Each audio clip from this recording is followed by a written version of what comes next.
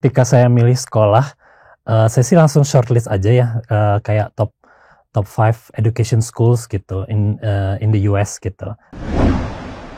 UPenn itu cukup bagus di situ karena kolaborasi dengan Wharton-nya tuh cukup kuat. Kebetulan Penn JSE itu sebelahnya Wharton persis dan banyak kolaborasi di situ lah. Sementara di US tuh sangat terbuka terhadap any voices or opinions. Misalkan kita peraturannya seperti ini, tapi kita sebenarnya kurang sreg nih. Ya kita komunikasikan aja, Bu, boleh Prof boleh nggak seperti ini? Saya soalnya gini-gini. Oh ternyata tuh bisa gitu ya, difasilitasi bisa.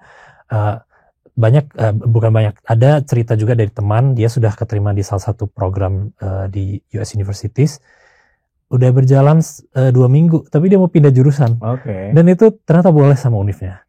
Gitu, jadi hal-hal kayak ini mungkin nggak banyak mahasiswa Indonesia tahu, tapi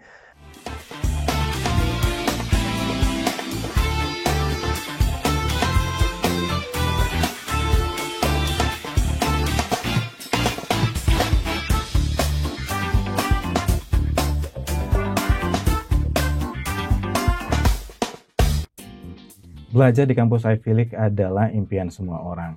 And the question is, seberapa worth it sebenarnya belajar di kampus Ivy League? Apakah kualitas pendidikan di kampus Ivy League itu sama seperti second tier atau third tier? Apakah akademik mereka juga luar biasa bagusnya? Dan hari ini kita akan ngobrol bersama Muhammad Jody Hardy Prajuri. Beliau adalah educator dan juga Presiden of Indonesia Mengglobal tahun 2004-2025, dan beliau juga lulusan dari University of Pennsylvania, salah satu kampus Ivy League. Dan kita nanti akan ngobrol banyak sama Jody karena beliau majoring atau belajar di program Penn GSE Graduate School of Education, dan we gonna see that how his experience studying in the United States shape the way he think about education.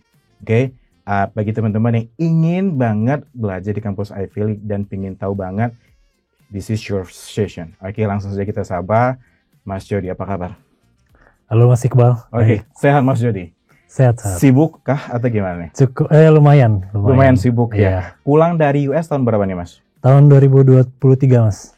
2023. Setelah itu langsung bekerja? Langsung kerja. Sekarang kalau boleh tahu ini kalau kegiatannya apa aja nih Mas? Sekarang mainly saya bekerja di sebuah yayasan yang mana kita mendirikan SMA unggulan ya, dengan berasrama juga gitu. Jadi ini cukup salah satu mimpi saya dari dulu, yaitu menciptakan sekolah-sekolah, dan alhamdulillahnya sekarang tiba di Indonesia bisa memberikan kontribusi yang memang menjadi impian dari dulu sih. Berarti ini sekolahnya itu sekolah unggulan, salah satu sekolah unggulan yang ada di daerah mana nih Mas? Iya, kita membangun sekolah-sekolah unggulan di berbagai daerah di Indonesia, Mas, gitu.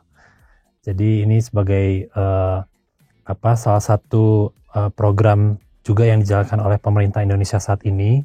Kita mendukung Indonesia Emas 2045 dengan cara memfasilitasi pendidikan berkualitas untuk yang top 1% students gitu.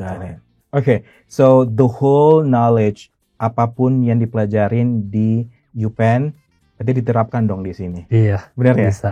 Apa tuh yang diterapkan, kira-kira knowledge seperti apa Mas, kalau boleh tahu? Pastinya tentang manajemen institusi pendidikan lah, education management.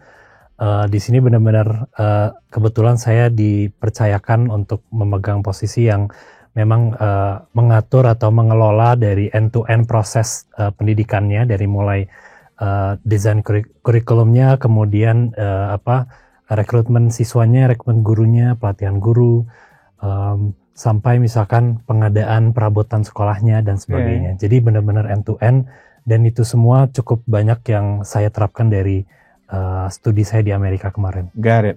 So go back a little bit. Ketika Mas Jody memilih sekolah ke Amerika Serikat, Ivy League loh Mas, itu susah loh kata orang.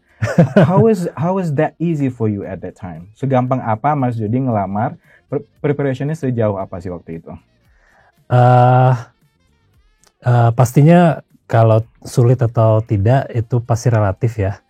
Tapi saya berangkat dari titik yang mungkin cukup sama oleh banyak orang juga di Indonesia, yaitu saya dulu sempat ragu, bahkan mungkin nggak yakin ya bisa ke Amerika gitu untuk studi. Tapi ternyata setelah dijalani ya, diikuti prosesnya, dipecah prosesnya, dilihat lebih pelan-pelan lagi, ternyata semuanya bisa dipenuhi satu-satu, dan kalau itu sudah tercapai kita bisa dapat studi ke sana sih, Mas. Oke. Gitu. Yang paling sulit dari persiapan itu apa aja waktu itu? Pastinya membangun kepercayaan diri. Oke. Bagaimana Mas Jody membangun kepercayaan diri? Ya saya bersyukur mungkin dari kecil dulu udah terpapar lah ya pendidikan ke luar negeri, jadi ada impian tuh udah ada gitu, jadi punya pemikiran pengen aja tuh sebenarnya udah privilege lah gitu ya. Banyak mungkin anak-anak Indonesia di sana bahkan berani untuk bermimpi saja tidak, dan itu karena keadaan gitu ya, jadi saya sangat bersyukur. Nah tapi ada titik ketika saya maunya ambil univ luar negeri itu yang ya udah yang biasa aja lah gitu ya, di negara lain gitu, yang saya mungkin aman-aman aja gitu, karena saya selalu pikir Amerika Serikat itu hanya untuk orang-orang terpilih lah gitu, dan sangat jauh, sangat cukup sulit dijangkau, jauh secara geografis, jauh secara psikologis dan mental, karena saya melihat persyaratan aja sulit sekali gitu. Tapi memang hidup atau semuanya tuh berubah ketika ini nggak apa-apa ya sebut. Go ahead. Jadi pada waktu tahun 2019 itu saya coba daftar program mentorshipnya Indonesia Mengglobal. Di situ saya gagal, nggak berhasil jadi mentee. Tapi di tahun berikutnya saya coba lagi, saya berhasil jadi mentee program mentorshipnya Indonesia Mengglobal. Di situ saya dapat mentor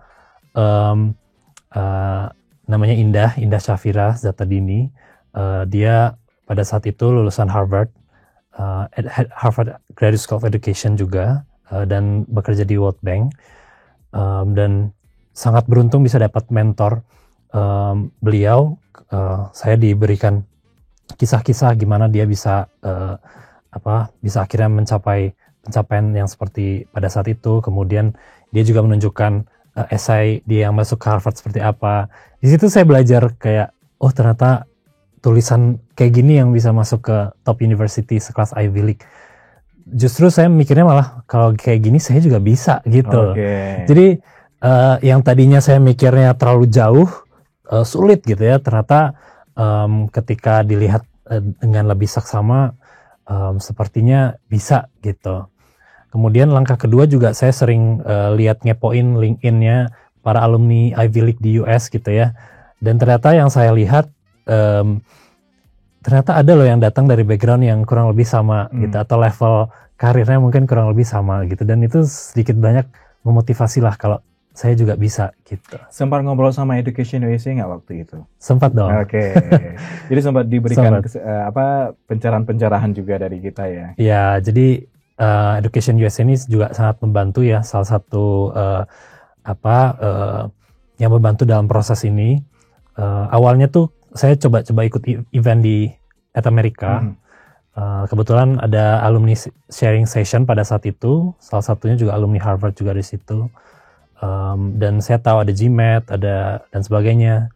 Ya mungkin pada saat itu belum langsung membuat gimana-gimana, tapi cukup ada termotivasi sedikit lah. Tapi dari situ saya tahu ada jasa konsultasi juga oleh Education USA, dan saya juga pernah beberapa kali konsul dengan para konsultannya. Dan itu sangat mencerahkan juga. Oke. Awalnya yang tidak pede, yang tidak confidence, akhirnya setelah ngobrol dengan berbagai macam alumni juga, terus tadi Indonesia Mengglobal sama Education USA, akhirnya membuat akhirnya lebih kayaknya saya bisa nih, capable gitu untuk bisa daftar ke Ivy League. Oke, ketika belajar di sana nih Mas Jody. Oke, what make you surprised a lot? Karena kan kampus Ivy League ya. Karena tadi kan memilihnya tadi belum sempat ngomong why UPenn sebelum kita ngomongin ini. Kenapa UPenn untuk pendidikannya? Sebagus apa sebenarnya UPenn untuk program ini, Mas? Iya, jadi sebenarnya ketika saya milih sekolah, saya sih langsung shortlist aja ya, kayak top 5 education schools gitu in the US gitu, atau in the world lah, top 10 in the world. Dan itu ada di US kebanyakan, ada juga di UK. Tapi karena saya ngejar excellence, saya akhirnya pengen yang di US. Karena saya tahu orang-orangnya top, ya lulusan US itu, saya lihat alumni di Indonesia. Jadi kacamata saya langsung ke US. Di situ ada beberapa sekolah, salah satunya ada Penn juga. Saya pada saat itu apply beberapa sekolah, keterima selain di UPenn juga di Columbia Teachers College, di Johns Hopkins School of Education juga. Tapi pada akhirnya saya memutuskan memilih UPenn setelah banyak berefleksi dan berbicara kepada para alumni dan ongoing students-nya dan beberapa dosennya. Karena yang pertama, mungkin dari programnya ya, dari programnya sendiri, kalau Graduate School of Education di UPenn itu pada saat zaman saya itu ada internship gitu, dan ini tidak dimiliki oleh graduate school yang saya diterima yang lain lah. Gitu. Internship berarti mengajar waktu itu atau gimana? Iya, jadi ada mengajar juga sama kayak observasi education learning management di institusi pendidikan gitulah. Okay. Itu kemudian yang kedua, secara programnya memang lebih holistik ya. Saya lihat fakulti di UPenn juga profesor-profesor yang memang bidang saya itu lebih ke education leadership, dan UPenn itu cukup bagus di situ karena kolaborasi dengan Wharton-nya itu cukup kuat. Kebetulan Penn JSE itu sebelahnya Wharton persis, dan banyak kolaborasi di situ lah. Gitu. Sementara mungkin beberapa school education yang lain sangat fokus ke teaching, ada yang riset dan sebagainya. Sementara saya lebih praktisi, jadi saya milih UPenn. Nah, kalau dilihat gelarnya juga itu beda, Mas. Itu apa gelarnya, Mas? Jadi gelar kalau dari UPenn itu kan Graduate School of Education-nya itu MSED, Master of Science in Education. Nah, MSED ini lebih praktikal orientasinya, gitu, ketimbang MA atau MED gitu. Jadi dengan memang orientasinya tuh banyak ke praktik dan industri lah gitu. Oke, itu menarik tadi ketika Mas Jody bilang bahwa Penn GSE ini banyak bekerja sama Wharton ya. Iya, itu kalau boleh tahu itu kolaborasi yang seperti apa kalau boleh tahu tuh, Mas? Jadi ya selain coursesnya juga ada banyak yang lintas fakultas gitu ya. Mungkin saya bisa cerita salah satu course yang saya ambil itu ada namanya Education Entrepreneurship. Itu ya bukan hanya itu deh, saya ingat jadi selain Education Entrepreneurship ada namanya Conflict and Collaboration. Itu dosennya memang selain ngajar di Penn JSE, dia ngajar bisnis di Wharton dan juga di Harvard Business School. Dan kebetulan yang di course Entrepreneurship itu luar biasa ya, jadi mungkin 2 minggu sekali itu karena dosennya sendiri selain profesor dia adalah pemilik perusahaan, jadi dia sering mengundang teman-temannya dari sesama bisnis atau corporate, sesama venture capitalist. Mereka datang ke kelas, terus kita berdialog, berinteraksi gitu ya.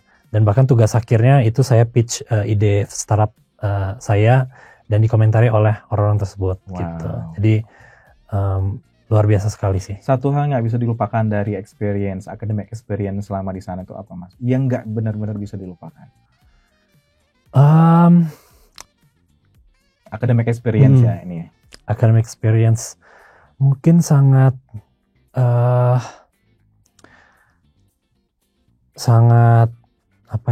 para siswa di situ sangat kompetitif ya. Oke. Ya, jadi diskusi itu sangat banyak lah terjadi. Case studies, diskusi, berpendapat itu benar-benar udah makanan sehari-hari lah gitu. Jadi dosen itu mungkin kayak cuma paling maksimal kayak 30 menit maybe ya. Di awal tuh dia kasih pengantar atau paparan sedikit, selebihnya kayak project atau enggak kerja kelompok atau diskusi atau presentasi gitu. Jadi sangat-sangat praktikal dan memang ini yang saya pada saat itu mau gitu. Oke, jadi memang that's the things that what you look for lah ya. Iya. Oke. Nah, as an international student ya, apalagi di Ivy League, struggle dong. Bener kan? Oke, what was your struggling at that time? Ada nggak kira-kira yang how do you overcome that? Pretty much probably quite the same with the rest Okay. of the Indonesian students, first time overseas or first time in the US. That was English. Oke. Jadi itu pengalaman pertama saya full circle atau full English environment lah. Apalagi bukan hanya sehari-hari tapi benar-benar langsung academic English gitu. Dan itu cukup ya bikin culture shock ya. Karena saya di Indonesia kan bukan dari sekolah internasional atau menggunakan kurikulum internasional yang berbahasa Inggris. Jadi pengalaman sebelumnya saya pernah kerja di luar tapi di Jepang, jadi pakai bahasa Jepang gitu. Nah kalau di lingkungan bahasa Inggris saya pertama kali. Jadi ya itu salah satu yang challenging juga, berkaitan dengan self esteem juga. Terus kemudian saya ingat juga salah satu tantangan yang luar biasa adalah ketika saya coba ikut kelas namanya Politics of School Reform. Saya tahu itu benar-benar di luar zona saya, tapi ya namanya nggak tahu, saya kayak nekat gitu ya. Karena saya kan mindsetnya pengen dapat sesuatu yang nggak bisa saya dapat di luar gitu ya. Jadi ini matkul kayak gini mah nggak bisa kita dapat di negara lain. Nah, akhirnya saya ambil itu. Memang itu fokusnya ke US Education System reform. Kita belajar tentang sejarah reformasi sekolah, seperti ada segregasi, desegregasi, kemudian keuangan dan filantropisme di sekolah-sekolah di US, isu-isu tentang kebijakan di US gitu ya, No Child Left Behind dan sebagainya. Itu banyak yang saya baru dengar. Sementara di kelas itu tuh dari 20-an siswa itu mungkin hanya 2 mahasiswa internasionalnya. So there are only 2 international students at the class. One of them is UK citizen. Okay, and then so actually how native. did you deal with the interactions and everything in the class? Itu gimana waktu itu? I can't lie, it was tough. Itu benar-benar kayak kan kelasnya tuh di Kamis sore ya. Jadi itu benar-benar minggu saya tuh berputar di Kamis sore. Jadi kayak setelah Kamis sore tuh benar-benar plong. Jadi kayak satu beban, bisa dikatakan beban juga ya. Beban terbesar pada semester pertama itu kelas itu. Terus kemudian mulai hari Selasa, hari Rabu tuh udah hawa-hawa nggak enak mendekati kelas. Tapi you did it, right? Iya. Alhamdulillah. With a good score, Iya, kebetulan mungkin karena profesornya melihat effort saya dan dia sangat appreciative. Jadi saya juga akhirnya jadi nggak terlalu momok ya kelasnya, makin ke akhir-akhir makin senang juga karena dapat support dari profesor saya, kemudian teman-teman sekelas saya meskipun dominantly ya mereka Native American, maksudnya ya local ya American students, mereka sangat welcome juga. Jadi itu benar-benar ya momen ketika belajar banyak lah, saya tahu gitu. Okay, how was your US experience? Benar-benar pengalaman di US membentuk perspektifnya Mas Jody ketika melihat pendidikan di Indonesia. Kira-kira kayaknya nih ini yang gini-gini nih saya pengen ubah di Indonesia nih gitu. Ada nggak kira-kira? Ya mungkin saya mungkin bisa menjelaskan dalam mungkin lebih ke, kalau bicara pengalaman pasti dalam level atau jenjang pendidikan tinggi ya. Pengalaman saya memang semua itu dipertanyakan lah gitu. Jadi mahasiswa itu sangat biasa dalam mempertanyakan segala sesuatu hal yang dibahas di kelas gitu. Ya saya nggak tahu, pasti berbeda-beda kasusnya di Indonesia. Tapi kalau saya selama di Indonesia memang banyak satu arah ya. Jadi apa-apa tuh kayak ya udah diterima.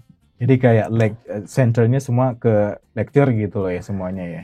Iya, jadi kayak ya udah kita reseptif aja knowledge-nya gitu. Sementara saya lihat critical thinking itu sangat diapresiasi di US gitu. Dan ini mungkin ketika saya bekerja atau berkontribusi di pendidikan Indonesia, saya rasa memberi ruang kepada para pembelajar kita, siswa anak-anak kita untuk bisa mempertanyakan, mendebat, mendiskusikan, itu membuat banyak perbedaan lah gitu.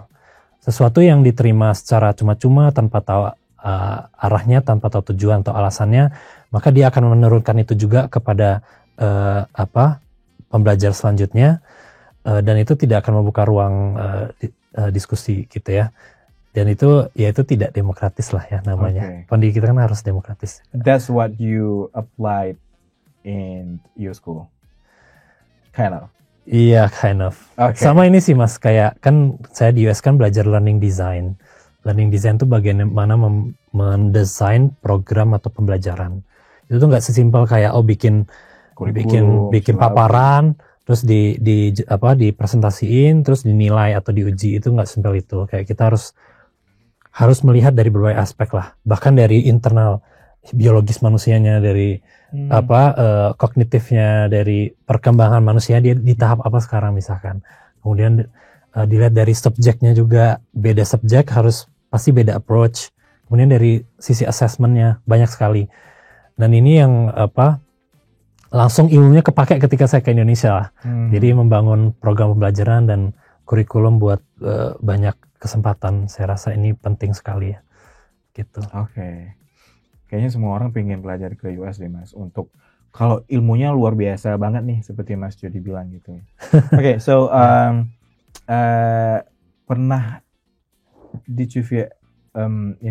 pernah merasa di underestimate nggak ketika kuliah sebagai international student di sana? Underestimate, saya nggak tahu, mungkin because I was always been positive.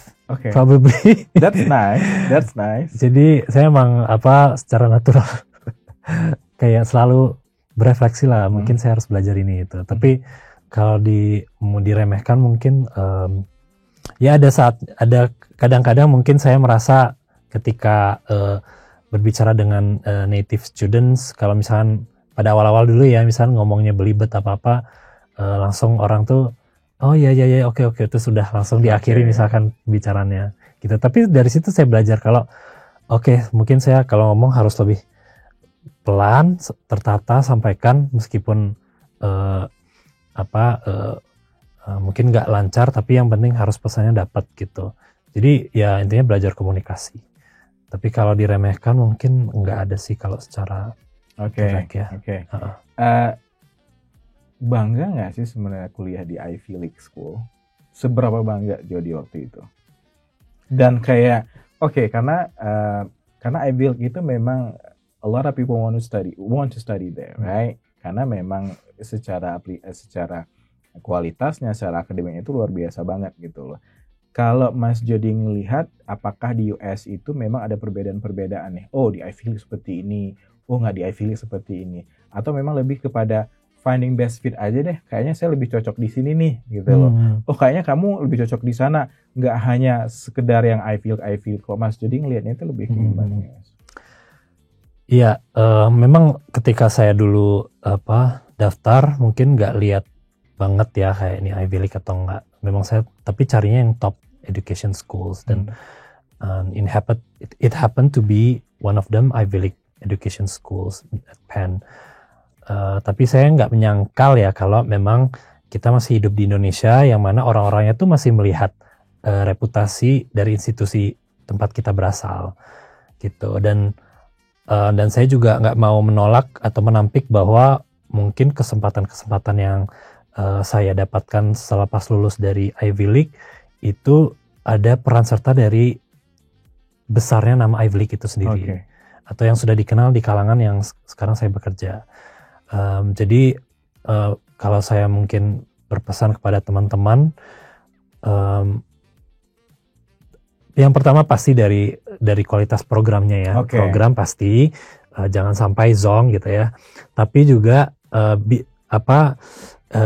dipertimbangkan reputasi, menurut saya masih penting, masih relevan lah gitu ya. Karena reputasi itu membawa network, itu sih yang pentingnya.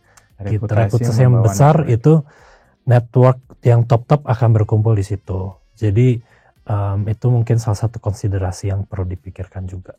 Oke. Berarti memang the first consideration adalah programnya. Iya. Ya, itu yang memang harus make sure dulu ya, buat cocok atau enggak, atau benar-benar yang dia cari itu ada di sana seperti itu. We talking about skill and mindset. what did you get dari US? Sekian mindsetnya apa nih yang didapatkan? Mindset ya. Oke, mungkin one thing that I instantly learned, one skill and mindset that I instantly learned from having a relationship with the US people and dealing with US administration. I think that would be flexibility. Jadi orang US itu sangat terbuka dan fleksibel ya. Kalau misalkan kita butuh sesuatu, we communicate our needs, maka mereka akan try to listen dan mereka akan try to accommodate. Okay. Sementara memang bertolak belakang sama, maksudnya Indonesia tuh ya orangnya aja malu, mungkin kebanyakan masih malu atau sungkan gitu lah ya. Ya udah diterima aja gitu. Sementara di US tuh sangat terbuka terhadap any voices or opinions. Misalkan kita peraturannya seperti ini, tapi kita sebenarnya kurang sreg nih. Ya kita komunikasikan aja, Bu, boleh Prof boleh nggak seperti ini? Saya soalnya gini-gini. Oh ternyata tuh bisa gitu ya, difasilitasi bisa. Bukan banyak, ada cerita juga dari teman, dia sudah keterima di salah satu program di US Universities, udah berjalan 2 minggu, tapi dia mau pindah jurusan. Dan itu ternyata boleh sama univnya. Gitu, jadi hal-hal kayak ini mungkin nggak banyak mahasiswa Indonesia tahu, tapi saya belajar dan ini saya terapkan ke Indonesia gitu. Kalau memang saya punya kebutuhan, saya punya tujuan, dan sementara mungkin saya belum mendapatkan yang ideal, maka berusahalah untuk bisa mencapai situlah gitu, entah dikomunikasikan, entah bagaimana. Jadi itu yang juga saya belajar banyak dari kuliah di US sih. Oke, nice. Nah, I don't know whether that when you were in the US itu AI itu sudah growing at that time. Sudah growing nggak belum waktu itu? Ya lumayan sih. Sudah lumayan. So in your opinion nih, Mas Jody, and then you work on ini practical ya, praktisi pendidikan, AI and educations. What are you afraid about? Yang ditakutkan sama Mas Jody itu apa kira-kira? AI dan education. I think as an educator, I really support technology, the advancement of science and technology. I think, education should goes hand in hand with technology ya, gitu. AI juga one of them. Saya nggak tahu kenapa banyak jadi momok, tapi justru AI ini kan jadi seperti shortcut sesuatu hal yang sudah tidak relevan yang dilakukan manusia. Jadi banyak hal yang sebenarnya kita tuh mungkin nggak perlu fokus ke sana lagi, karena kita harus fokus ke hal-hal yang baru ini. Tapi AI ini yang membantu memotong inilah gitu, mendelegasikan tugas kita yang di sini. Jadi kita bisa fokus ke sesuatu yang baru. Memang susah ya, atau berpikir mungkin menciptakan hal baru itu susah, atau berubah itu susah. Tapi saya rasa AI itu membantu umat manusia untuk bisa fokus ke penemuan atau ke hal-hal lain yang memang lebih relevan di masa mendatang lah gitu. Sementara dia mengerjakan yang hal-hal yang sudah tidak relevan buat kita gitu lah. Seharusnya nggak perlu ditakutkan ya? Nggak perlu sih. Tapi untuk sekolah Mas Jody sendiri yang Mas bekerja sekarang, apakah one of the komponen yang dimasukkan AI itu sudah ada apa gimana?